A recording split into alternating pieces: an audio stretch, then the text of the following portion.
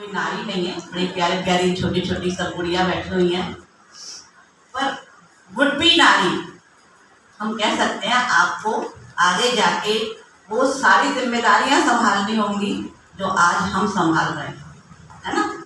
और जो हमने गलतियां की या जो हमने नहीं किया, जो करना चाहिए था, वो कार्य भी आप ठीक से कर पाएँ अपनी लाइफ में, तो हम प्रयास करेंगे उसके बारे में थोड़ी सी चर्चा करने का आपके सामने।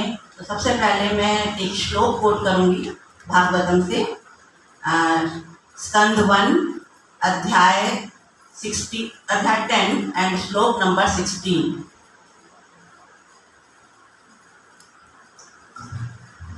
ओम भगवते वासुदेवाय नमः। ओम नमः भगवते वासुदेवाय। ओम नमो भगवते वासुदेवाय। ओम नमो भगवते वासुदेवाय। प्रसाद शिखरारूढ़ा पूर्णार्योधिक्षा ऋषु कुसुमय कृष्णं प्रेम क्रीडा स्मिते क्षणः। अनुवाद।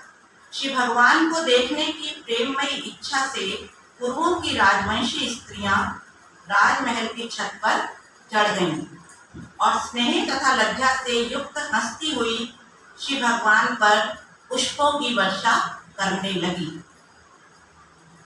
तो ये श्लोक जो आप सुना अभी आपने, उसमें चर्चा है जब कुरुक्षेत्र का युद्ध समाप्त हो गया था तो भगवान द्वारका वापस लौट रहे थे। जब वो जा रहे थे तो उसमें जो कुरुवंश की स्त्रियां थी, उन्होंने क्या किया कि उन्हें देखना था भगवान कृष्ण को और उनका सम्मान भी करना था। जाते हुए उनको कुछ अपनी आदर प्रदर्शित करना था, अपना सम्मान देना था। तो मैंने देखा कि जो पढ़ा कि उसमें कुरुवंश की स्त्रियां कहाँ चढ़ गईं? ऊपर छत पर चढ़ गईं। वो नीचे राजमहल में नहीं आई जहाँ पर भगवान बैठे हुए थे। यह सब और जो राजा महाराजा जो वहाँ थे कुरुवंश के, वो बैठे हुए थे, वहाँ वो नहीं आई। वो कहाँ चढ़ गई? छत पर। तो क्यों छत पर क्यों चढ़ी होंगी वो, बेटा बोलो? क्योंकि उस समय भी ऐसी प्रथा थी, बल्कि प्रथा ना कह के अगर हम ये कहें एक शालीनता थी। जो लज्जा है ना, वो स्त्रियों का आभूषण होता है और वो ऐसा आभूषण होता है जिससे स्त्रियां पुरुषों से रिस्पेक्ट पाती हैं, आदर पाती हैं, प्रतिष्ठा प्राप्त करती हैं उससे। लज्जा एक ऐसा आभूषण है, एक गुण है ऐसा महिलाओं के लिए, स्त्रियों के लिए, लड़कियों के लिए इतना बड़ा गुण है। अगर हम लज्जा रखते हैं तो हमें पुरुष जो है और आदर देते हैं। कभी देखा है जो गली में देखा है जो झाड़ू लगाती हैं, जो स्वीपर्स होती हैं, वो भी बहुत तरीके से रहती हैं, सलीके से पल्ला वल्ला ढक के, तो उनको भी इज्जत से देखा जाता है। और बल्कि जो कम वस्त्र पहनकर कोई जा रहा है, हम देखेंगे रास्ते में, उनको कोई आदर की दृष्टि से नहीं देखता। तो इसका मतलब क्या हुआ कि जो लज्जा है, जो एक शालीनता है, महिलाओं का बहुत बड़ा गुण है। और इसीलिए जो उस समय भी, आज से 5000 वर्ष पहले भी जो स्त्रियां थी कुरु राजवंश घराने की, वो भी नीचे ना आके छतों पे चढ़ी और ऊपर से भगवान के ऊपर पुष्पों की वर्षा करने लगी। तो इसी बारे में थोड़ी सी हमारी चर्चा है कि स्त्रियों में क्या क्या गुण हैं जो होने चाहिए हमारे अंदर। तुम्हारे अंदर जो आगे अब तुम बड़े होगे, है ना, तो तुम्हारे अंदर वो गुण जब बढ़ेंगे तो आप एक सुंदर तरीके से एक परिवार का परिचालन कर पाएंगे, सुंदर तरीके से अपने आसपास सराउंडिंग जो है, वातावरण है, उसको सुंदर वातावरण दे पाएंगे, अपना रिस्पेक्ट कायम कर पाएंगी, बना पाएंगी, उसको बढ़ा पाएंगी, है ना। तो आज हम यही चर्चा करेंगे कि स्त्रियों के अंदर एक जो बिहेवियर है वो कैसा होना चाहिए, सदाचार। इस जो श्लोक में उसी की चर्चा है कि सदाचार कैसा होना चाहिए हमारा। सदाचार मीन्स, सदा मीन्स गुड, आचार मीन्स व्यवहार, हमारा गुड बिहेवियर कैसा होना चाहिए। तो इसके लिए ये देखो कि अब क्या होता है, मैक्सिमम हम देखते हैं, मान लीजिए पहले शादियां होती थी तो 8-10 दिन तक लगातार वो चलता था कोई प्रोसेस, है ना।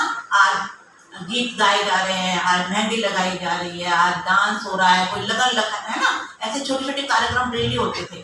तो 10 दिन तक वो कार्यक्रम चलता था घरों में, और जो घर के बच्चे थे, है ना, चाहे लड़कियां थी चाहे लड़के थे या बड़े लोग तो होते ही हैं उसमें सारे शामिल, बच्चे भी देखते थे सारे कार्यक्रम और वो सीखते थे।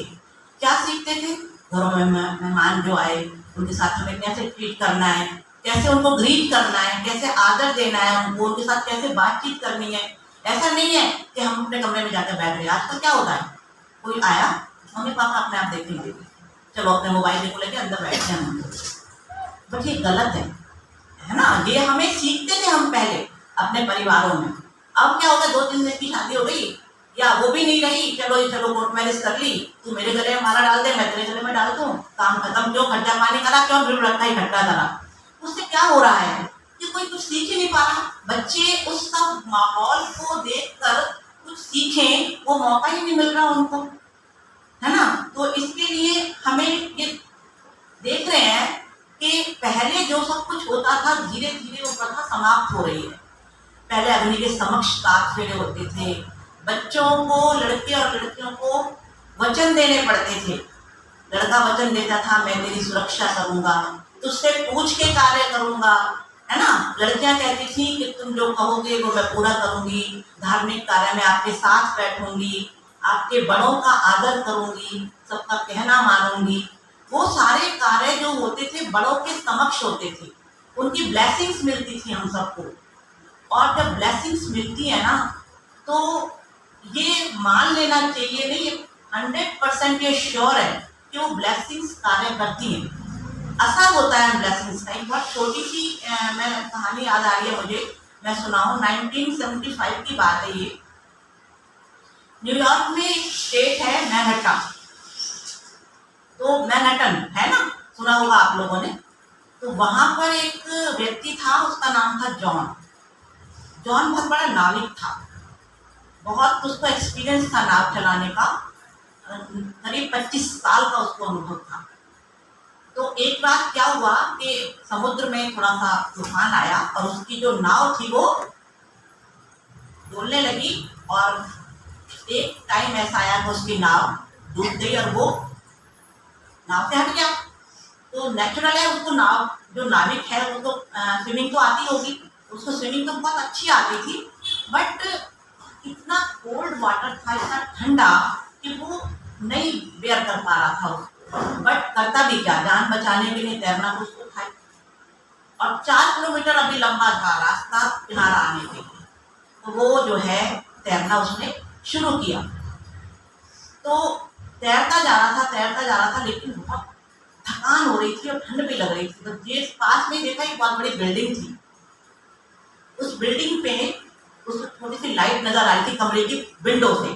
वो बस जैसे ही वो थोड़ा सा थकान महसूस करता, निराश होता, उधर देख लेता बिल्डिंग की तरफ, लाइट की तरफ, तो उसको एक थोड़ी सी ना एनकरेजमेंट मिल जाती, इंस्पिरेशन से मिल जाती, और वो फिर स्विमिंग करने लगता। तो इस तरह से करते करते बहुत पास आ गया, बट फिर भी हार रहा था। इतने में क्या हुआ, एक प्लास्टिक की बॉल उसके पास आके रुकी, उसने उसके सहारे से रास्ता पार किया और वो किनारे पहुंच गया। क्या बाहर आके हॉस्पिटलाइज हुआ, उसका इलाज हो गया, वो ठीक हो गया। 6 महीने बाद, नियर अबाउट 6 महीने बाद, उसका एक फ्रेंड था, नाम क्या था पता नहीं, खैर वो उसको मिला, बहुत अच्छे फ्रेंड्स थे। वो बात करने लगे, वो कहने लगा, नाविक मैं तो तुम शेयर करना चाहता हूँ एक बात है, ऐसे ऐसे हुआ 30 जून को मेरे साथ ये हादसा हुआ। तो उसने पता क्या बोला, उसने बोला 30 तारीख को तो मैं, उस बिल्डिंग का नाम लिया उसने, कि मैं उस बिल्डिंग में था और मैं और मेरी मिसेस सू हम जा रहे थे उस बिल्डिंग के नीचे से। तो बस मेरा मन किया उस बिल्डिंग में जाएं, वो एक कोई बड़ा होटल था, है ना। अब मैं फिर उस होटल की छत पर चढ़ गए हम, और जो बाइनोकुलर होता है ना, उससे अमेरिकन पैनी डाली उसमें, और हम उससे देखने लगे। तो हमने देखा जो समुद्र था वो बहुत कुछ उन्हें हिलोरे ले रहा था। तो मैंने अपनी मिसेस से कहा कि इस समुद्र को अगर कोई पार कर सकता है तो मेरा फ्रेंड जॉन है ना। तो उसने कहा ऐसे कैसे कह सकते हो, क्योंकि मुझे पता है ना मेरा फ्रेंड इतना स्विमर बहुत अच्छा है, और मेरा जो है मानना था, मुझे विश्वास है कि वो उसे पार कर सकता है। तो उसने कहा कि वही 30 तारीख थी जिस दिन मैं वहाँ ये स्विमिंग कर रहा था। तो आप ये सोच सकते हैं कि उस लाइट से उसको इंस्पिरेशन मिल रही थी, और जो उस फ्रेंड की वाइब्स थी ना, पॉजिटिव वाइब्स, वो उस तक पहुंच रही थी।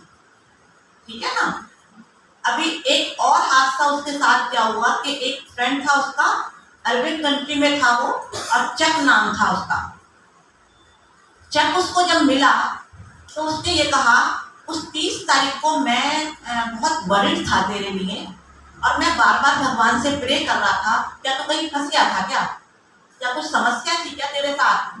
और उस दिन मैंने बहुत बहुत प्रे की तेरे लिए, और बार बार मेरे जो सपने में आ रहे थे, नंबर आ रहे थे बार बार 789 789। तो क्या बात थी। तो जॉन ने अपने घर में ही था वो, उसने अपने मिसेस से कहा वो जरा बॉल लेके आना, जो बॉल मैं लेके आया था समुद्र से। तो उस बॉल को दिखाया उसने, उस बॉल पे 789 नंबर लिखा हुआ। तो आप सोच सकते हैं कि उस 789 नंबर, वो बॉल जो थी और उस चक की प्रेयर्स उसके लिए कितना कार्य कर रही थी। ठीक है ना। तो इसका मतलब इससे क्या शिक्षा मिलती है बताइए। कोई प्रे कर रहा था और पावर उसको मिल रही थी, इसका मतलब कोऑर्डिनेटर, क्या कोऑर्डिनेशन हो रहा है इनके बारे में बताइए। यदि कोई प्रे करता है तो हमें ब्लेसिंग्स मिलती हैं, हमें कृपा मिलती है। तो अगर एक इतनी दूर बैठा हुआ कोई आदमी हमारे लिए प्रे कर रहा है, जो हमारा नियर एंड डियर है ना, सिर्फ वो प्रे कर रहा है अनजाने में, जब इतनी ब्लेसिंग्स मिल सकती हैं हमें, तो जब अगर हमारे घरों में जो हमारे बुजुर्ग हैं, जो हमारे रिलेटिव्स हैं, हमारे मम्मी पापा लोग हैं, दादी बाबा नाना नानी, या अपने हमारे सराउंडिंग में ऊपर नीचे कोई होते हैं ना बुजुर्ग, तो अगर ये लोग, अगर हम उनसे ठीक से बिहेव करें तो ये लोग भी हमारे साथ अच्छा बिहेव करेंगे, और क्या करेंगे, ये हमें ब्लेसिंग्स देंगे। तो बात कर रही थी उस शादी की, एक छोटी सी शादी होती है, कोर्ट मैरिज की, और अपने भगा दिया एक दूसरे को, एक दूसरे का अपने आ गए अपने घर। तो इसका मतलब क्या हुआ, ना कोई बड़े थे, ना कोई ब्लेसिंग्स थी। तो वो सब कमी जो है ना आज के सिनेरियो में सामने आ रही है। ब्लेसिंग्स नहीं आ रही बड़ों की, बच्चे अकेले हैं, बिहेवियर बेटर नहीं है, घर टूट रहे हैं, इसीलिए घर टूट रहे हैं। किसी में होता क्या है, शादियां क्या हो गई, एक मजाक बन के रह गया, love at first sight, divorce at first white, love at first sight, divorce at first white. तो ये जो चीज है, खाली मुस्कुराओ मत इसको फील करो। इसको फील करना है कि परिवार में जो रहते हैं बच्चे अपने बड़ों के साथ ब्लेसिंग्स लेते हैं, और उनके अकॉर्डिंग हमें कार्य करना होता है, उनकी ब्लेसिंग्स के साथ, तो हमारा जीवन एक अच्छी तरीके से चल पाता है। ठीक है ना। तो इसके अलावा जो हम बात करेंगे आज, ये कि वैदिक कल्चर इसीलिए बहुत अच्छा माना जाता है, हमारा कल्चर इसीलिए बहुत अच्छा माना जाता है। जैसे अगर हम बड़ों की ब्लेसिंग्स की बात करें तो ध्रुव थे, बालक ध्रुव, वो किसकी आज्ञा से करने गए थे तपस्या, अपनी माता के साथ गए, माता की आज्ञा लेकर गए, उनकी ब्लेसिंग्स लेके गए, और फिर जब उनको गुरु मिले, कौन, नारद जी, तो नारद जी से उन्होंने एक तरह से क्या लिया, कृपा ली, भगवान का नाम दिया उन्होंने उसको, और उससे उनको आगे आगे बढ़ के उन्होंने भगवान के दर्शन तक वो पहुंच गए। तो इस तरह से कि हम कह सकते हैं कि ये जो हमारी वैदिक कल्चर है बहुत रिच है, बहुत गुण है इसमें, बहुत धनी है हमारी वैदिक कल्चर, और इसके अनुसार हमें चलने का प्रयास भी करना चाहिए। तो आज मैं अगर बात करना चाहूँ तो एक हम चल रहे नारी, आदर्श नारी पर, तो एक आदर्श नारी में क्या क्या गुण होने चाहिए या होते हैं आदर्श नारी में, मैं उसकी बात कर रही हूँ। कुछ गुण हम चर्चा करेंगे आज और एनालाइज करेंगे कि हम उस पर कितना खरे उतर रहे हैं, है ना। तो पहला गुण हम बात करते हैं पवित्रता पर। पहला गुण क्या है?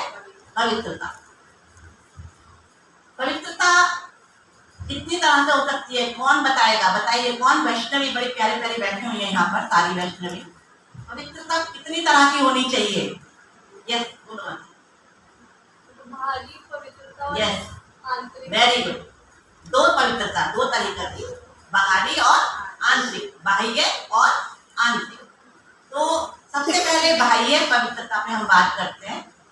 तो नेचुरल है, सब जानते हैं, डेली नहाना, ठीक से बाल बनाना, है ना, भगवान के आगे वंदना करना, पूजा करना, अपने बड़ों को प्रणाम करना, ये सब हमारी जो उसमें आती है बाहरी पवित्रता में। प्रभुपाद जी भी इस पर बहुत जोर देते थे कि हमें बाहरी तौर पे बिल्कुल पवित्र रहना चाहिए। वो बोलते थे फर्स्ट ड्रेस देन एड्रेस, पहले अपने आप को अच्छे से ड्रेस करो, उसके बाद आप बात करो किसी से कि मैं कौन हूँ, क्या बताने जा रहा हूँ, बात बेकार की बात है। दूसरी है आंतरिक पवित्रता। आंतरिक पवित्रता में बच्चों क्या होना चाहिए बताओ, क्या हो सकता है? आंतरिक पवित्रता कैसे आप सोचेंगे, कैसे इसको डिसाइड करेंगे? आंतरिक पवित्रता, हाँ बोलो बेटा। माता जी, spiritual thinking. Yes, good good point. Good, किसी की बुराई ना करना, बहुत सुंदर। यस बेटा बोलो। किसी के बारे में बुरा ना कहना, बुरा ना सोचना। यस बेटा। ईर्ष्या करना, ईर्ष्या ना करना, वेरी गुड। ये सब हमारी आंतरिक पवित्रता है ना। इसका मतलब हमें क्या होता है, अपना जो थॉट प्रोसेस होता है उसको इम्प्रूव करना है। जैसे हमने मान लो सोचा किसी के बारे में, गलत ना सोचना, अभी बोला ना बच्चों आपने, तो सोचना, गलत नहीं सोचना। इसका मतलब हमारी जो सोच है वो पवित्र होनी चाहिए। मेन पॉइंट क्या है? सोच, थॉट्स, हमारी जो थिंकिंग है वो कितनी पवित्र है। क्योंकि जो सोचेंगे वो बोलेंगे, जो बोलेंगे वो करेंगे, जो करेंगे उससे क्या होगा, हमारा कैरेक्टर बनेगा, और जो कैरेक्टर बनेगा, चरित्र बनेगा, उससे क्या होगा, संस्कृति ऐसी बनेगी, हमारा कल्चर ऐसा बनेगा, हमारी सराउंडिंग ऐसी बनेगी। तो इसका मतलब क्या हुआ, जो सोच है, थिंकिंग प्रोसेस है, बस उस पर हमें ध्यान देना है कि हम सोच क्या रहे हैं, क्या सही सोच रही हूँ मैं। जो मैंने सोचा, किसी के बारे में भी अनाप शनाप क्यों सोचा जाए, क्या जरूरत है। मान लीजिए कोई रोड पे जा रहा है, अरे उसने क्या पहना हुआ है, हमें क्या लेना देना है। उसने मान लीजिए कपड़े ठीक नहीं पहने, तुम्हारा उससे कोई कंसर्न नहीं है, ठीक है, जाने दो उसको। हमने क्या सोचा, हाँ कैसे कपड़े पहन रखे हैं, कैसे चल रही है, उससे क्या हुआ, उसका कोई फर्क नहीं पड़ा, वो तो निकल गई। आपने अपना जो चित्त था वो गंदा करा। इसका मतलब क्या है, हमें अपने थॉट प्रोसेस की तरफ देखना चाहिए। हमारी जो इंट्रोस्पेक्शन इसे कहते हैं कि हमें देखना चाहिए कि हम क्या सोच रहे हैं, क्या देख रहे हैं, क्या बोल रहे हैं। इसीलिए इसके नेक्स्ट जो आता है लेवल आता है एसोसिएशन का। पहला था पवित्रता, दूसरा एसोसिएशन। हम किसके साथ एसोसिएट कर रहे हैं। सिर्फ इससे ये मतलब नहीं होता कि किसके साथ हम मिल रहे हैं, नहीं नहीं, हम किस देख क्या रहे हैं, हम देख क्या रहे हैं, हमने किसके साथ बात की, हमने अपने घर में करा क्या, बाहर जाके क्या किया। मतलब इवन की जो पढ़ना है वो भी कौन सी, हम लिटरेचर किस तरीके का जो हम पढ़ रहे हैं वो क्या रहा है बच्चों। इफ यू डोंट माइंड, मैं फ्रेंकली बोलना चाहती हूँ कि मोबाइल कितना यूज करते हो आप लोग, बताइए। बहुत यूज करते हैं, करते हो ना। और क्या वो सारा यूजफुल होता है? नहीं होता। I know it very well कि नहीं होता। होता क्या है, तुम बैठे हो कमरे में, एसी चलाया हुआ है, मोबाइल हाथ में है, मम्मी रसोई में लग रही है। Is it right? नो। और कम से कम इस्कॉन के बच्चों को तो बिल्कुल भी नहीं है ठीक। इस्कॉन के बच्चे तो बहुत स्मार्ट होते हैं, बहुत स्मार्ट होते हैं, इतने worker, hard worker, helpful, spiritual, उनमें सारे गुण होते हैं। और आप वो सब बच्चे हैं जो इतने ही स्मार्ट हैं और थोड़ी सी जो कमी है वो भी बोलो बोलो वो भी खत्म हो जाएगी। जो कमी है, और मैं इस पे एम्फेसिस कर रही हूँ इस बात पे कि जो मोबाइल है उसको मिनिमाइज करो, उसका यूज मिनिमम करो। तुम्हारा बहुत ज़रूरी है तो करो। ऐसा नहीं है कि स्टेटस देख रहे हैं हम लोग, क्या कितने लाइक किए, मैंने फोटो डाला कितनों ने लाइक किया, तो उसको क्या देखना है कितनों ने लाइक किया? नहीं, मैंने जो काम किया उसको क्या मेरे बड़ों ने, क्या मेरे बुजुर्गों ने, मेरे टीचर्स ने, मेरे गुरु ने क्या उसको लाइक किया? हमें ये देखना है। हमें ये नहीं देखना जो मुझे मेरा फोटो डाला उसको कितना ने लाइक किया। नहीं, कम से कम आप लोगों से ये आशा हम नहीं कर सकते, क्योंकि तुम इस्कॉन की डिवोटीज बन रहे हो और बड़े हो रहे हो, और आपको तो बहुत स्मार्ट बनना है। हम तो बूढ़े होके आप बोलने लगे हैं, आपको तो बहुत जल्दी बोलने का, सब कुछ करने का मौका मिल रहा है। आप तो और जाके बहुत तरक्की करेंगे इस्कॉन में, स्पिरिचुअल लेवल पे भी, सोशल लेवल पे भी, और इसके साथ साथ जो आपका एकेडमिक लेवल है वो भी बहुत हाई जाएगा। क्यों? क्योंकि गीता में भगवान कहते हैं ददामि बुद्धि योगम तम ये माम उपयांति ते, जो मेरे पास आता है मैं उसको बुद्धि देता हूँ, ज्ञान देता हूँ। तो तुम पढ़ोगे तो भी आगे बढ़ोगे, ज़्यादा ही पढ़ोगे, आपको ज़्यादा जल्दी समझ आएगा दूसरे बच्चों के बजाय, आपको ज़्यादा जल्दी समझ आएगा। तो हमें ये देखना है कि हम एसोसिएट किसके साथ कर रहे हैं, किसके साथ बात कर रहे हैं, कैसा पहन रहे हैं, कैसा बोल रहे हैं, कैसा लिटरेचर पढ़ रहे हैं, सब कुछ हमें देखना है, ध्यान रखना है, उस पर हमें फोकस रखना है। ठीक है?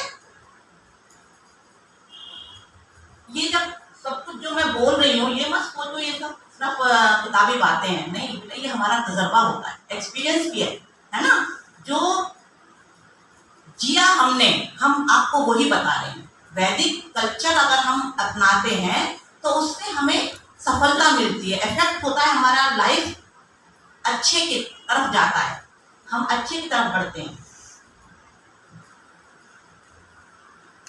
दूसरा है कि अब आप ये कहोगे कि पहले अगर इतनी पवित्रता थी तो आजकल नहीं है क्या? हाँ, नहीं है।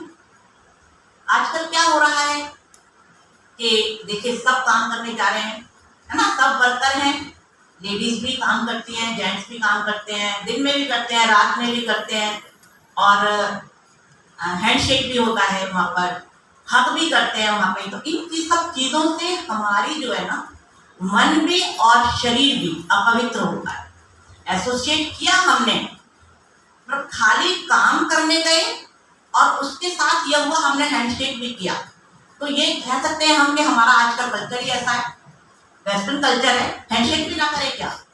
क्या पहले काम नहीं करती थी औरतें? क्या पहले काम नहीं होता था? अब नहीं, काम तो करती थी।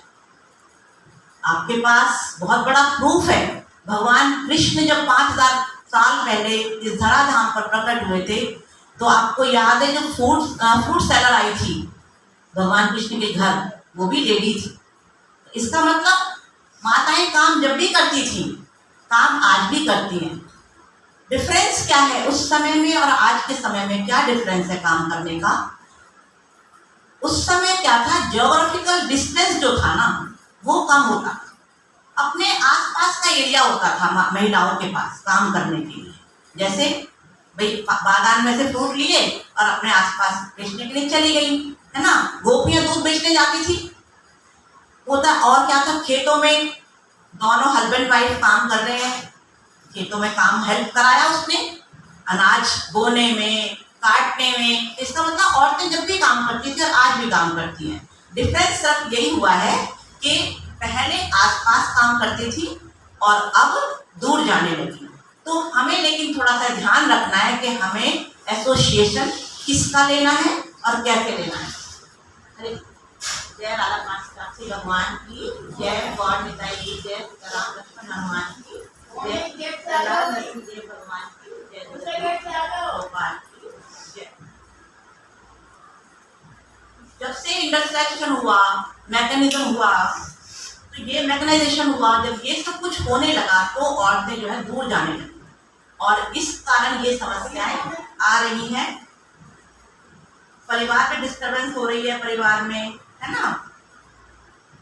माताओं का, गर्ल्स का, लेडीज का क्या है कि स्वभाव बड़ा कोमल होता है, वो जल्दी से क्या कह सकते हैं, जल्दी से पिघल जाती हैं, बहकावे में आ जाती हैं, है ना। सोचती नहीं है। जैसे द्रौपदी के 5 पुत्रों को मारा जब अश्वत्थामा ने, तो क्या हुआ था, उसको दंड देने की बजाय द्रौपदी बोली इनको छोड़ दो, अश्वत्थामा को छोड़ दो। मतलब एक बार तो बोला, उसे बहुत दुख हुआ कि मेरे 5 पुत्र मारे गए, लेकिन फिर उसने कहा इसको छोड़ दो, क्योंकि उसको दया आ गई। माता सीता थी, रावण आया भीख मांगने के लिए, भिक्षा के लिए, और वो देने के लिए निकल गई कि ब्राह्मण आए हैं, इनको भिक्षा तो हमें देनी चाहिए। हुआ क्या, बेचारी चुराई ले गई, चुराई चली गई वो। तो इसका मतलब क्या है कि जो माताएं होती हैं वो बहुत सॉफ्ट हार्टेड होती हैं, कोमल होती हैं और जल्दी से बहकावे में आ जाती हैं। तो इसका मतलब क्या है, अगर हमें ये पता है तो थोड़ा सा इस पे हम काम कर सकते हैं। हम सोचें समझें कि हम कर क्या रहे हैं, तो हम अपना अगला कदम जब आगे बढ़ाएं। पानी की बूंद का उदाहरण भी हम दे सकते हैं एसोसिएशन के लिए, कि पानी की बूंद जब गिरती है ऊपर से, स्वाति नक्षत्र की बूंद, सब बच्चों को पता होगा जरूरी वाला उदाहरण। किस पे गिरती है तो क्या बनती है, बताइए। सब कुछ पढ़ रखा होगा बेटा आपने, ऐसा तो नहीं हो सकता, किसी को नहीं पता। Yes, good. सीपी पे गिरती है तो मोती बनती है, और कीचड़ में गिरती है तो कीचड़ बन जाती है। कदली अगर केले पर गिरती है तो कैम्फर बनती है, कपूर, है ना। इसका मतलब पानी की बूंद का जो उसने जिसके साथ वो किया एसोसिएशन, है ना, वो ऐसे ही हो गई, ऐसा ही उसको रूप मिला। तो वही चीज है बार बार कि एसोसिएशन हमारा कैसा हो, इसका हमें ध्यान रखना है। पानी पीने की बोतल तो हम ढूंढते फिरते हैं, मुझे बिस्लरी ही पीना है, बस ये नहीं पीना है, ये गंगा वाटर नहीं है। इसका मतलब सहयोग आप चाह रहे हो ना कि मैं किसको कैसा पानी पीऊं। पानी के लिए तो हम इतने केयरफुल हैं, तो एसोसिएशन के लिए क्यों नहीं है कि मैं किसके बारे में सोच रहा हूँ, किससे बात कर रही हूँ, क्या देख रही हूँ। इस सब का फर्क पड़ता है हमारे मन पर, और वही चीज हमारे कैरेक्टर बनता चला जाता है। तो इसलिए बी केयरफुल, बी सिलेक्टिव, हमें क्या करना है क्या नहीं करना, ये सोच के चलो। बड़ों का आदर एक गुण होना चाहिए, या होता है सबके अंदर, तुम्हारे अंदर भी है और डेवलप कर सकते हैं। बड़ों का आदर। सत्यभामा ने पूछा था द्रौपदी से कि क्या कारण है आपके 5 पति और 5 पति आपसे बहुत प्रेम करते हैं, रानियां तो और भी हैं, तो उनको ना करके आपको ज्यादा करते हैं। तो द्रौपदी ने उत्तर दिया था कि मैं सबसे पहले उठती हूँ सुबह और सबको सुलाकर सोती हूँ, बड़ों का कहना मानती हूँ, जैसा वो कहते हैं ऐसा करती हूँ, सबका मान सम्मान करती हूँ, जवाब नहीं देती हूँ। और इससे भी जो जरूरी है एक काम ये कि बिना मांगे सलाह नहीं देती। बहुत बड़ा गुण है ये लड़कियों का, औरतों का, कि बिना मांगे सलाह हमें नहीं देनी। इसका कारण क्या है, क्यों नहीं देनी? मान लीजिए कल देखो कोई आप सन्यासी तो है नहीं, कल को सबकी शादियां होंगी, सबका घर बनेगा, अच्छे से अपने घर को हम बना पाए, चला पाए सुंदर तरीके से। उसके लिए क्या जरूरी है कि हमें इस तरह से बिहेव करना है कि सामने वाले को दुख भी ना पहुंचे, वो हर्टेड भी ना हो और घर का माहौल भी अच्छा बना रहे। तो ये जानने के लिए कि कैसा बनाना है अपने आप को, हमें पता होना चाहिए कि हमारा जो हृदय है स्त्रियों का वो कोमल है, ठीक है, प्रेम चाहती है, बस मुझे प्रेम करे, सामने वाले सारे परिवार वाले मुझे प्रेम करें। लेकिन पुरुष का क्या नेचर होता है, वो इगोइस्टिक होता है, वो इगोइस्टिक होता है। तुम अगर उसका कहना मानते रहोगे तो ठीक, अगर उसका कहना नहीं माना तो तू नहीं। तो उसके अहंकार को चोट ना पहुंचे, बस ऐसा कार्य करना है। इसके लिए देखो 3 बड़े सुंदर से शब्द हैं कि हमें कैसा रहना चाहिए, नॉर्मेटिव, पर्सपेक्टिव और डिस्क्रिप्टिव। नॉर्मेटिव क्या होते हैं, पॉजिटिव, ये सही है, ये गलत है, नहीं नहीं ये बिल्कुल गलत है, नहीं नहीं ऐसा नहीं होना चाहिए, नहीं नहीं ये बिल्कुल गलत है, नहीं नहीं ये सही है, ये जो नेचर है इसको बोलते हैं नॉर्मेटिव। एक होता है पर्सपेक्टिव, ऐसा करो, ऐसा मत करना, नहीं नहीं ऐसा करना है आपको। इसका मतलब आप तो इंस्ट्रक्शन दे रहे हो भाई। लेकिन इससे पहले हमने क्या सीखा कि पुरुष में क्या होती है, ईगो होती है। उस ईगो को हर्ट नहीं होने देना। अगर ये कहोगे ऐसे करना है, ऐसे नहीं, इसका मतलब वो हर्टेड होगा, अब तो बिल्कुल नहीं करेगा उस काम को। और एक होता है डिस्क्रिप्टिव, उसमें क्या है कि मैं ऐसा चाहती हूँ, मैं इसलिए ऐसा कर रही हूँ, आपकी इच्छा है आप करो ना करो। हम सामने वाले को ये कह के थोड़ा सा उसको आदर दे सकते हैं कि जरूरी नहीं है अपनी बात उससे मनवानी है। घर में कोई भी है, हमारे बड़े भाई हैं, हमारे फादर है ना, अभी आप बच्चे हैं, लेकिन हर बार क्या होता है कि नहीं ऐसा करो, ऐसा मत करो, वो गलत। तो हमारा जो नेचर है अगर वो डिस्क्रिप्टिव, उसमें यह है कि मुझे ऐसा अच्छा लगता है। मान लीजिए भक्ति का मामला है, भाई मैं भक्ति करना चाहती हूँ, मैं 16 माला करती हूँ, आप करो या ना करो आपकी इच्छा है, मुझे अच्छा लगता है। ऐसा होगा कि कल को आपके परिवार में मान लो आप जहाँ जाओ है ना, वहाँ कोई आपको अलाउ ना करे आपको 16 माला, आपको सारे 16 माला वाले बनने, बच्चे अभी कर रहे होंगे कुछ तो, और कुछ और करेंगे अभी, तो आप तो वही वाले बच्चे बनने हैं। और अगर आपके घर में ऐसा है कि कोई आपको जबरदस्ती नहीं करने देना है, तो आपको ये प्रयास करना है कि उस माहौल के अकॉर्डिंग अलग से अपने कर लो। जरूरी नहीं है सबके सामने आपको माला घुमानी हो, या कोई कहता मुझे मीट बना के दो, तो आपको अच्छा हम क्या करें, कैसे मीट बनाए। अगर आपके घर में जरूरी है वो कार्य करना, तो अपने घर को बनाए रखने के लिए वो करना पड़ेगा और करना चाहिए। ऐसा कोई हमारे प्रभुपाद जी ने भी ऐसा नहीं कहा कि अपने घर को तोड़ो और वो कार्य मत करो। अपने आप को आप मना सकते हो कि मैं गलत कार्य नहीं करूंगी, या मैं ये चीज़ नहीं खाऊंगी, या ये चीज़ नहीं मैं जाऊंगी यहाँ पर। बट बेटे अगर आपके परिवार में आपके बड़े या वुड बी हस्बैंड जो आपको मैं कहूँ, या आपके और कोई बुजुर्ग हैं, वो ही कोई भी कार्य करना चाहें, करवाना चाहें आपसे, और आपकी ड्यूटी है करना, तो आपको करना पड़ेगा और करना चाहिए। ये अपना रोल हमें बखूबी निभाना पड़ेगा, निभाना चाहिए। तो इसके लिए और क्या कहना है, एक है डिसिप्लिन।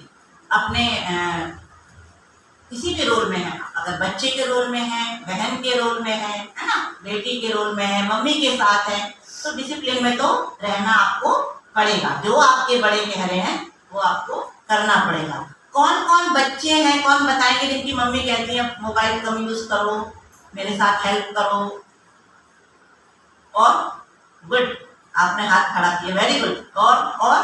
और नजर है मेरी, यस, बोलो बोलो, वैष्णवी बोलो, क्यों कृष्णा आप भी बोलो, नहीं पूछो मम्मी से, वेरी गुड। राधिका पक्का, good boy, good girl, sorry, बहुत अच्छी बात।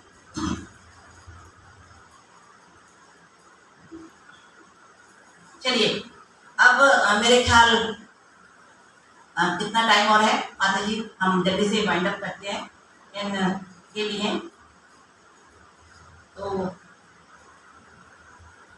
ये मैं कहना चाहूँगी कि अपनी बात मनवानी है तो प्यार से जीतो। किसी को भी, कोई भी हार जाता है प्यार के आगे। अगर आप प्यार से सामने वाले को कहेंगे कि मुझे ऐसा करना है, तो वो मान जाएगा। अगर तुम देखो मैं तो नहीं बनना चाहती विनयी, मैं तो नहीं, विनयी को क्या बोलेंगे हिंदी में, हम्बल, है ना, मैं तो नहीं बनना चाहती इतना, मैं तो उसके साथ नहीं झुकना चाहती। तो अगर तुम्हें भगवत धाम जाना है, अगर तुम्हें भक्ति को आगे बढ़ाना है, तो ये विनयी बनना पड़ेगा, हम्बल बनना पड़ेगा। अदरवाइज मतलब ये कह सकते हो कि भगवान के भक्ति का, अगर तुम्हें भगवान को केंद्रित बना के अपना जीवन चलाना है, तो उसमें विनयी बनने के लिए बहुत स्कोप है और बहुत ज़रूरी है आपका विनयी बनना। ठीक है, हमें मतलब ये हुआ एक गिवर बनना पड़ेगा, गिवर। अपना कह सकते हैं कि अपना स्वार्थ हमें छोड़ना पड़ेगा, है ना। ऐसा नहीं है कि अपने स्वार्थ के पीछे हम सब कुछ करते रहे, सामने वाला तो फिर उसके आगे झुकेगा नहीं, तो वो भी हर्टेड होंगे और हम भी हर्टेड होंगे। तो इसके लिए हमें क्या है, थोड़ा सा विनयी बनो, गिवर बनो, अपने स्वार्थ को थोड़ा सा दूसरे के ऊपर सेक्रीफाइस करो, ये प्रयास करो। तो जल्दी से एक 4D में ये समराइज करती हूँ मैं अपनी लेक्चर। 4D अगर हम कोशिश करें उसको, फर्स्ट है डिस्क्रिमिनेशन, दूसरा डिसिप्लिन, तीसरा डिटर्मिनेशन और चौथा डिवोशन। डिस्क्रिमिनेशन, कोई भी कार्य करने से पहले हमें ये देख लेना है कि हम क्या करें और क्या ना करें, किससे बात करें, किससे ना करें, क्या खाएं, क्या ना खाएं, क्या बोलें, क्या ना बोलें। बोल भी देते हैं बिना सोचे समझे, और उससे होता क्या है, झगड़ा खड़ा हो जाता है। तो प्रयास करें हर चीज़ को डिस्क्रिमिनेटिंग पार हमारी होनी चाहिए। और जो पढ़े लिखे बच्चे हैं, जो इतना यहाँ तक पहुँच गए, स्कूल कर रहे हैं, कॉलेज भी जाओगे, अपना घर भी देख रहे हो, तो इतने पावर दे देता है भगवान कि हमारे अंदर जो डिस्क्रिमिनेटिंग पावर, क्या कहोगे, विवेक शक्ति, सही और गलत की पहचान करना, है ना। तो वो हमें अगर अंदर है हमारे, और हम उसका प्रयास करें, तो बहुत अच्छे से अपने अंदर ये गुण बढ़ा सकते हैं। दूसरा डिसिप्लिन में रहना हमारे लिए बहुत ज़रूरी है। शुरू से ही मेरे ख्याल आपने देखा होगा, स्कूल में भी जब जाते हो, वेरी फर्स्ट डे से, है ना, बैठ जाओ, लंच हो गया तो खाना खा लो, अब छुट्टी हो गई तो घर जाओ, अब ड्रेस चेंज करो, अब खाना खाओ, अब सो जाओ, अब होमवर्क करो, अब इसका टाइम हो गया। ये डिसिप्लिन बहुत ज़रूरी है। अब आगे भी हम अपना डिसिप्लिन से अगर अपनी लाइफ को चलाते हैं तो कोई प्रॉब्लम नहीं है। और तीसरा है डिटर्मिनेशन, अपने आप के अंदर ये दृढ़ शक्ति होनी चाहिए कोई भी कार्य करने के लिए, किसी भी कार्य डिटरमाइंड रह के कार्य कर, ये काम हम जरूर करेंगे, है ना। डिटर्मिनेशन हमारा स्ट्रांग होगा तो कहते हैं कि 50% कार्य तो पूरा अपने आप हो जाता है। ठीक है। और डिवोशन चौथा, इन सारे कार्यों को करने के लिए अगर भगवान केंद्र में है, कृष्ण केंद्र में है, तो सारे कार्य अपने आप अच्छे से हो जाते हैं। क्योंकि हम सोचते हैं भगवान कृष्ण को हमने केंद्र में रखा है, हम तो अपूर्ण हैं, ठीक है ना। जब पूर्ण के लिए कार्य करेंगे और पूर्ण के साथ मिलकर कार्य कर रहे हैं, तो वो कार्य हमारे सुंदर तरीके से पूरे भी हो जाते हैं। तो इस तरह से हमने चारों D करके समराइज किया और ये प्रयास किया कि हम अपने अंदर कौन कौन से गुण को बढ़ा सकते हैं। कृष्णा हमारे अंदर ये शक्ति प्रदान करें कि हमें अपने गुणों को अपने बढ़ाएं और अच्छे से अपने परिवार को, समाज को, पूरे देश को, पूरी जो सभ्यता है, हमारा कल्चर है ना, उसको सुंदर भावनाएं प्रदान करें, सुंदर सोच प्रदान करें। हरे कृष्णा। किसी को कुछ पूछना है, कोई प्रश्न है तो पूछ सकते हैं।